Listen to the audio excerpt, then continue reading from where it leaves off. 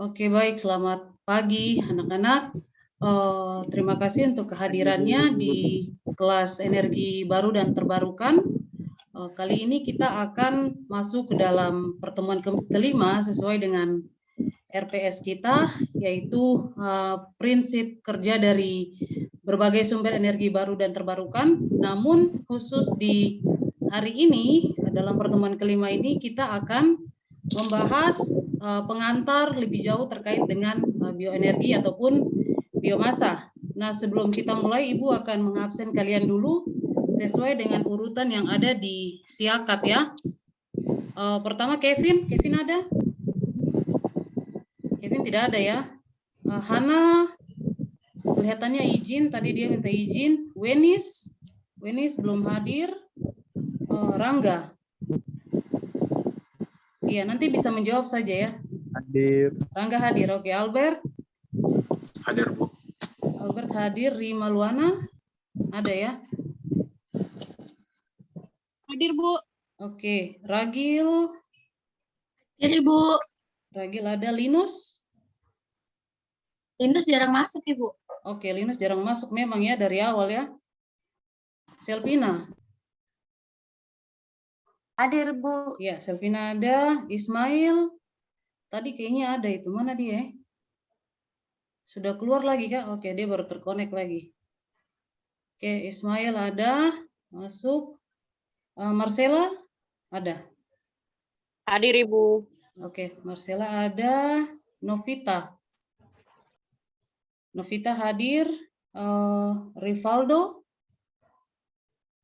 Rivaldo tidak ada ya. Ricky ada atau Ricky? Hadir, Ibu.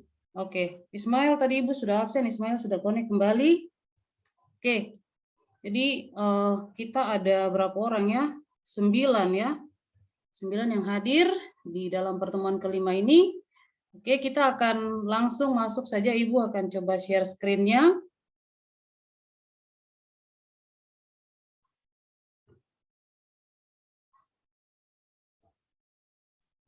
Bisa kelihatan nggak share? Screen-nya ini sudah tampak. Sudah, Ibu. Sudah, Bu.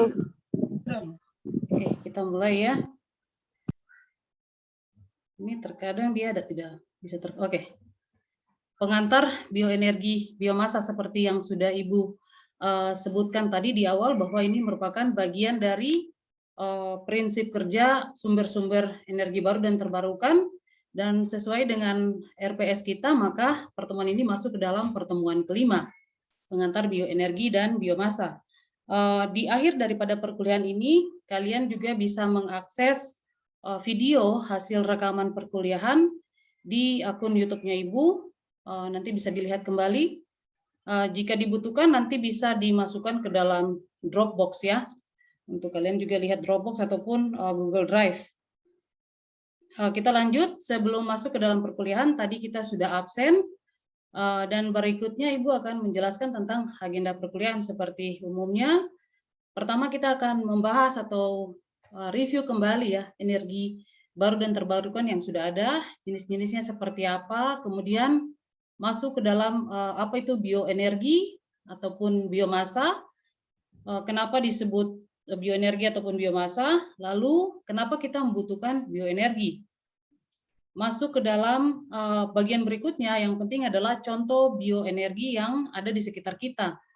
Khusus untuk bagian ini, Ibu mengambil jurnal penelitian dosen yang ada di lingkungan sekitar kita, yaitu di FMIPA ataupun di UNCEN. Kemudian ada referensi dan diskusi dan tanya jawab. Tetapi di dalam perkuliahan, jika misalnya kalian dapati ada hal yang mau kalian tanyakan, bisa langsung ditanyakan pada slide yang sedang dijelaskan pada saat itu. Oke? Begitu jelas ya? Nah, sebelum kita masuk ke slide berikutnya, mungkin Ibu mau tanya dulu, ini jenis energi baru dan terbarukan yang kira-kira kalian pernah dengar itu apa saja, atau yang sudah kita pernah pelajari dan mungkin masih ada yang mengingat kah? Ada yang mau jawab? Hai, Ibu. Oke.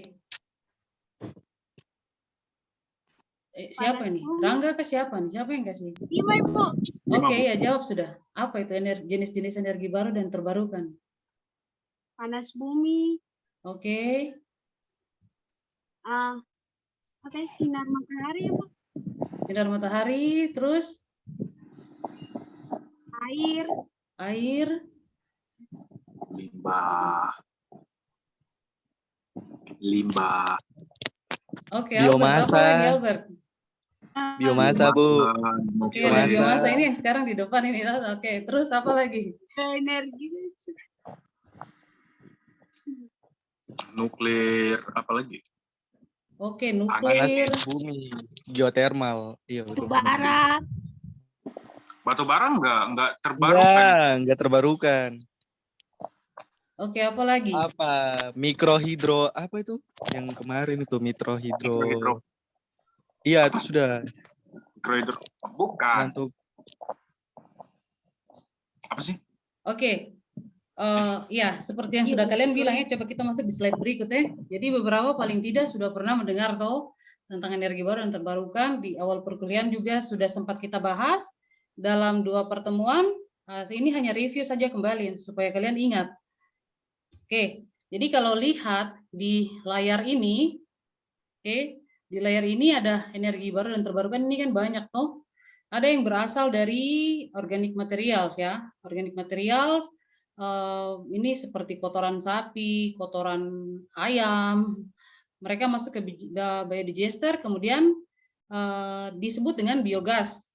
Oke, ini ada satu bagian, di mana bagian ini juga sebenarnya termasuk ke dalam komponen dari bioenergi ataupun biomasa yang akan kita pelajari hari ini. Namun selain itu ada juga banyak energi lainnya, yaitu yang berasal dari angin. Sumber utamanya adalah angin. Kemudian yang tadi sudah dijawab oleh Rima Luana itu ada energi panas matahari, kemudian ada geotermal, ada hidroelektrik ataupun dari air. Bahkan tadi Ibu mendengar ada yang menyebutkan energi dari nuklir ya.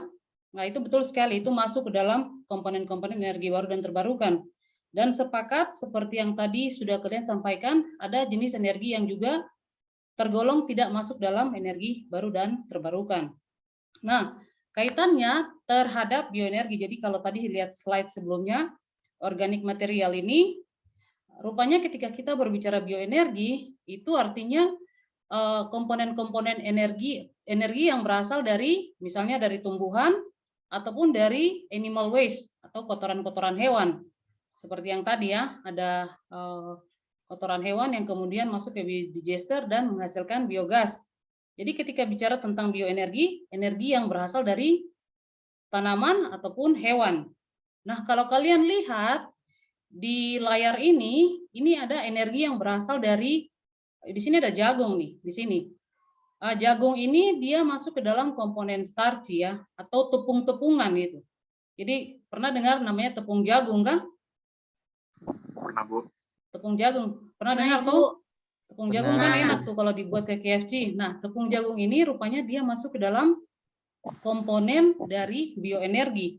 Dikarenakan di dalam tepung jagung itu memiliki karbohidrat sederhana yang mudah untuk diolah menjadi sumber energi baru dan terbarukan. Nah, selain itu, di sini kalian lihat juga ada kayak pohon-pohonan yang sebenarnya tidak menghasilkan sesuatu untuk dimakan oleh manusia ya. Ataupun kita bilang di sini jenis rumput-rumputan lah. Jadi rumput-rumput itu kan manusia tidak memakannya, yang makan adalah hewan ya. Nah, golongan-golongan seperti ini atau straw ini misalnya kalau kalian pergi ke ladang jagung, jagungnya dipanen, diambil, terus dia punya tongkol, dia punya daun-daunan sisa yang lain-lainnya kayak gini, dibuang di ladang pertanian itulah yang kita sebut dengan sisa-sisa buangan, atau dia bisa masuk ke dalam komponen straw. Ataupun contoh misalnya kalau ada yang pernah lihat ini sawah, ada yang pernah lihat sawah di sini? Pernah, Bu.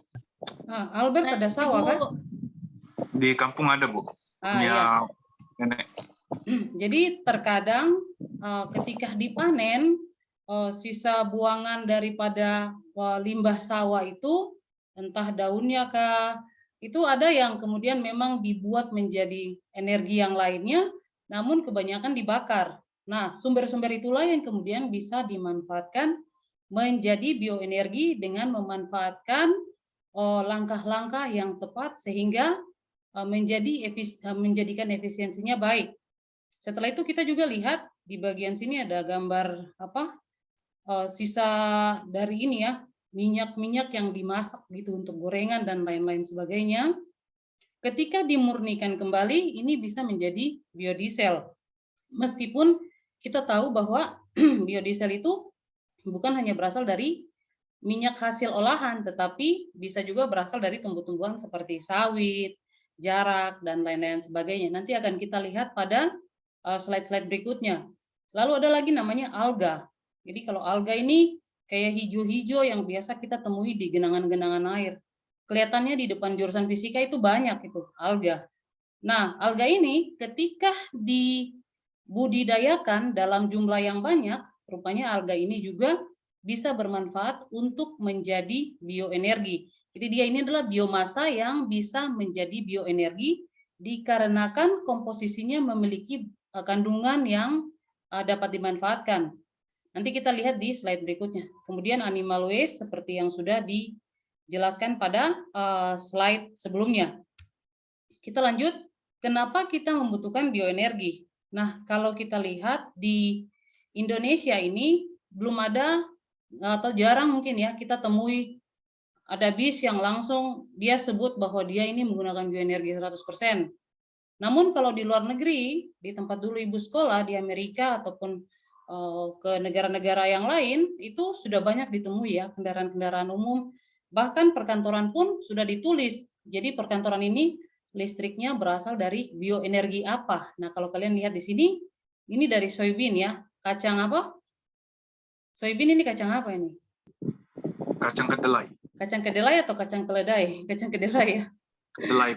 Kacang kedelai. Nah, kacang kedelai. Jadi langsung sudah otomatis orang tahu bahwa oke, bahan dasarnya adalah dari kacang kedelai untuk di sini. Kenapa kita butuhkan bioenergi? Dikarenakan seperti yang sudah dijelaskan pada awal perkuliahan bahwa karena adanya kekurangan atau defisit di dalam sumber energi, oleh karenanya seluruh dunia saat ini sedang gencar-gencarnya untuk mencari potensi energi baru dan terbarukan yang bisa dikembangkan. Tentu saja tidak bisa seluruh sumber-sumber energi itu dikembangkan dikarenakan harus disesuaikan dengan potensi yang ada di negara tersebut. Misalnya kita tidak punya sumber air yang banyak, maka tidak mungkin kita punya negara menggunakan sumber energi baru yang terbarukan berasal dari air.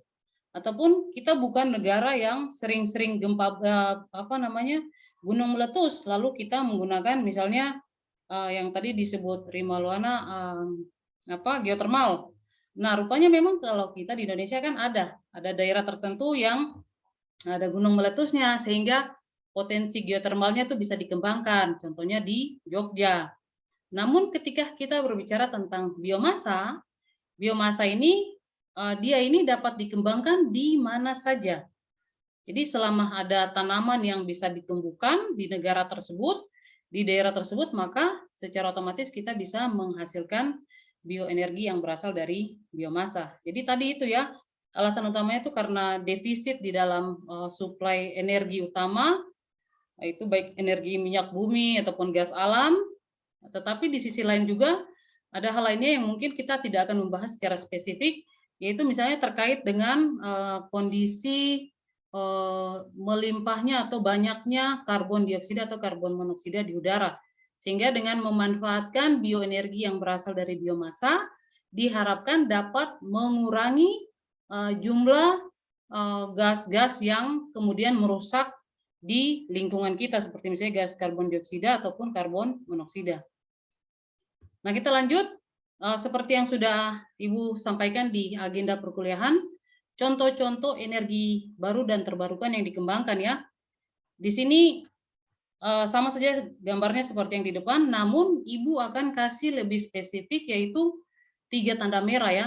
Ini berasal dari plant oil atau sugary atau starchy, kemudian wood chip dan alga. Artinya ini adalah komponen-komponen yang pernah dikerjakan oleh dosen-dosen yang ada di lingkungan FMIPA ataupun lingkungan jurusan fisika secara spesifik, FMIPA ataupun di jurusan fisika.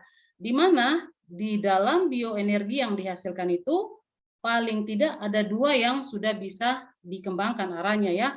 Jadi potensi of making bioethanol dan biodiesel. Jadi ada jenis-jenis tanaman yang kemudian sudah dikembangkan dengan berbagai uji coba di laboratorium untuk kemudian memiliki potensi lebih jauh dikembangkan menjadi bioetanol ataupun biodiesel. Nah, kalau kita berbicara tentang bioetanol, jadi bioetanol itu dikenal ada 3 generasi. Generasi pertama itu generasi yang langsung difermentasi. Jadi contoh-contohnya adalah umbi-umbian, jagung, ataupun tebu ya. Itu langsung saja melalui proses fermentasi, langsung alkoholnya dihasilkan dan kemudian proses selanjutnya adalah dimurnikan. Dimurnikan untuk menjadi bioetanol yang bisa dipakai di kendaraan. Namun ada bagian lainnya itu second generation, di mana contoh-contohnya yang dipakai adalah bukan bahan dari makanan. Kalau kalian lihat di atas ini kan umbi-umbian, jagung, tebu, mereka ini golongan jenis makanan ya. Sehingga kalau kita mau pakai makanan lagi untuk jadi bahan bakar, kelihatannya tidak terlalu efektif atau efisien. Nanti bisa terjadi kebutuhan yang lain jadi merosot. Oleh karenanya dibutuhkan sumber energi lain yaitu grasses, rumput-rumputan, sisa kayu, sisa hasil pertanian seperti yang tadi sudah disebutkan. Dan golongan ini kita sebutnya adalah lignocellulosic material. Bedanya adalah kalau yang pertama hanya langsung difermentasi, yang kedua ini harus melalui proses treatment dan hidrolisis. Ini sudah ada di sini, pre-treatment ataupun perlakuan awal. Nah, masuk lagi generasi ketiga itu alga. Alga ini dia sangat halus, kecil, namun dia ini juga karena memiliki dinding sel, dia juga tidak bisa diperlakukan sama seperti generasi pertama yang langsung fermentasi, tetapi dia ini harus melalui generasi kedua dan generasi ketiga. Untuk lebih spesifiknya nanti kita akan bahas di pertemuan-pertemuan lain, namun ini adalah perkenalan kepada kalian dulu ya. Jadi ingat kalau bioetanol ini ada 3 generasi. Nah, Ibu kenapa kasih tanda biru di sini? Karena ini adalah bagian yang sering dikerjakan oleh dosen di jurusan fisika ataupun di lingkungan FMIPA. Kita lanjut. Tadi kalau kita bilang lignocellulosic ya, atau ini zat kayu, ini sebenarnya adalah zat kayu. Jadi kalau kita bilang rumput-rumput, sisa ampas kayu, atau tongkol-tongkol jagung, itu semua memiliki kandungan yang di dalamnya disebut hemiselulosa atau selulosa. Atau dalam bahasa sehari-hari kita sebut sebagai karbohidrat rantai panjang. Karbohidrat rantai panjang ini dia tidak bisa menghasilkan alkohol ataupun bioetanol kalau dindingnya ini, zat kayunya ini tidak kita pecah dulu. Sehingga itu yang tadi dibutuhkan treatment awal itu untuk ganggu dulu, dirusak dulu pagarnya ini sehingga kita bisa dapat akses ke karbohidrat yang di dalamnya. Oke, ringkasnya seperti itu. Kita lanjut. Ini adalah beberapa penelitian yang dulu pernah Ibu kerjakan waktu masih kuliah S2 dan S3 terkait dengan lignocellulosic material menjadi potensinya menjadi bioetanol. Oke. Kemudian selain itu S2 dan S3 ya, ini masih pekerjaan S2 dan S3, itu konteksnya di dalam uji coba untuk menghasilkan bioetanol dari lignocellulosic material. Jadi bahan dasarnya itu dari rumput. Dari rumput Ibu coba kelola untuk menjadi bioetanol untuk melihat berapa banyak kandungan gula yang tersedia untuk menjadikan bahan tersebut menjadi bahan bakar. Lanjut, ketika masuk ke Universitas Cendrawasih, rupanya di Universitas Cendrawasih juga ada dosen-dosen yang tertarik untuk mengerjakan pekerjaan serupa, yaitu di dosen-dosen di jurusan fisika ya. Ada Ibu Oktolia, Ibu Kairia, juga beberapa kakak-kakak tingkat kalian sebelumnya, dan rata-rata masih sama juga melihat potensi dari lignocellulosic material untuk menjadi bioetanol. Jadi nanti kalian bisa lihat ya, Ibu bisa share slide ini ataupun nanti kalian bisa akses ke video juga untuk melihat kembali. Oke, ini masih sama. Lalu bagian lainnya adalah biodiesel. Jadi making biodiesel ya. Making biodiesel itu artinya kalau tadi bioetanol itu disebut sebagai pengganti bensin, maka untuk kedepannya pengganti bensin, maka biodiesel ini kedepannya adalah untuk pengganti solar, ataupun sebenarnya sekarang sudah dimanfaatkan. Sama juga, biodiesel ini ada 3 generasi, ada generasi pertama, itu masuk dalam kategori sawit ataupun kedelai, generasi kedua itu jarak dan cocoba, atau beberapa jenis lainnya, minyak jelantah juga masuk, dan generasi ketiga ini yang sebenarnya saat ini sedang dikembangkan juga di FMIPA di Universitas Cendrawasih, yaitu bagaimana melihat potensi mikroalga untuk kemudian dikelola menjadi biodiesel. Nah, ini adalah hasil penelitian yang sudah dipublikasikan di seminar internasional di Jogja tahun 2018 oleh beberapa jurusan, beberapa dosen di FMIPA, termasuk Ibu di dalamnya. Oke, ini papernya sudah dipublikasikan, ada kerjasama dari Pemda Provinsi Papua juga untuk melihat potensi pengembangan mikroalga di Provinsi Papua. Nah, kira-kira seperti itu referensinya. Ini Ibu ambil dari 2 buku utama, yaitu pertama adalah buku yang Ibu tulis di tahun 2021 terkait dengan energi baru dan terbarukan, kemudian ada sumber lainnya, dan sumber-sumber lainnya ketika kalian ingin membaca lebih lanjut ya terkait dengan biomasa, dari biomasa terutama sumber untuk menghasilkan bioetanol ataupun biodiesel, kalian bisa cek di paper-paper yang tadi sudah Ibu share. Nah, kira-kira seperti itu. Ada yang mau ditanyakan? Silakan.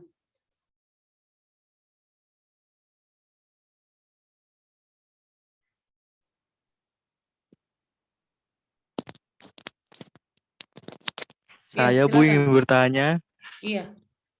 Ibu punya paper tuh, Ibu bilang bahwa Ibu buat ini tuh namanya bioenergi.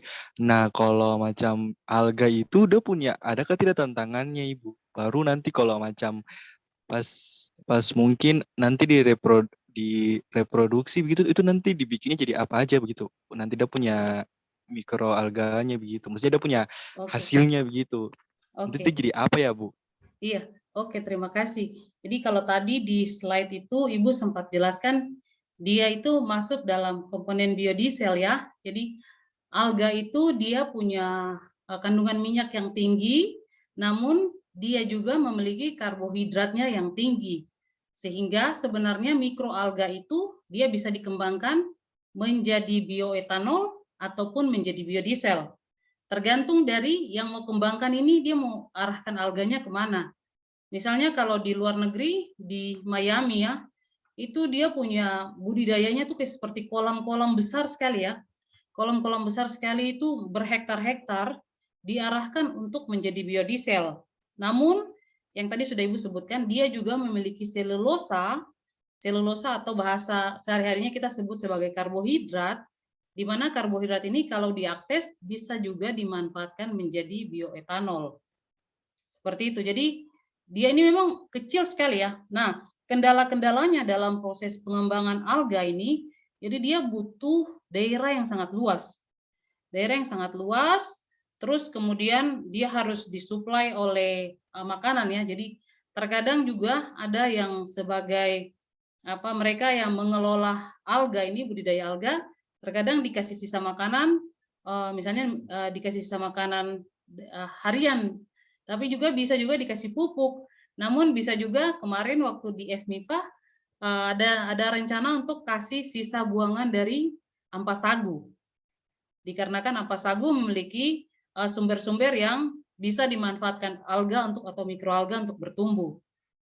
Nah, kendalanya di dalam yang tadi satu ya, butuhkan lahan yang luas. Hal lainnya adalah ketika alga ini mau diproduksi menjadi biodiesel ataupun bioetanol, alga ini harus memiliki komponen yang sama ataupun jumlah minyaknya tinggi untuk menjadikan biodiesel ataupun jumlah selulosanya tinggi untuk bisa menjadi bioetanol. Nah, untuk menjaga kondisi yang serupa, maka perlu adanya treatment yang sama tiap saat. Gitu.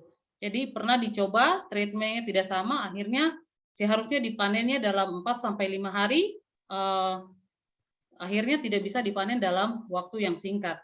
Seperti itu. Ada lagi?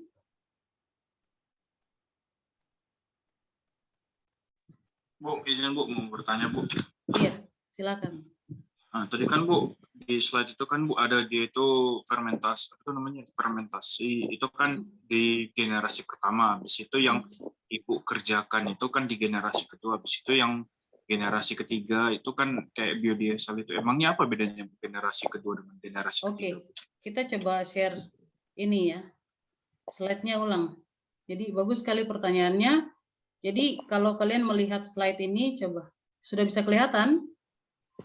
Bisa Bu. Bisa, Bu. Oke, coba kita ke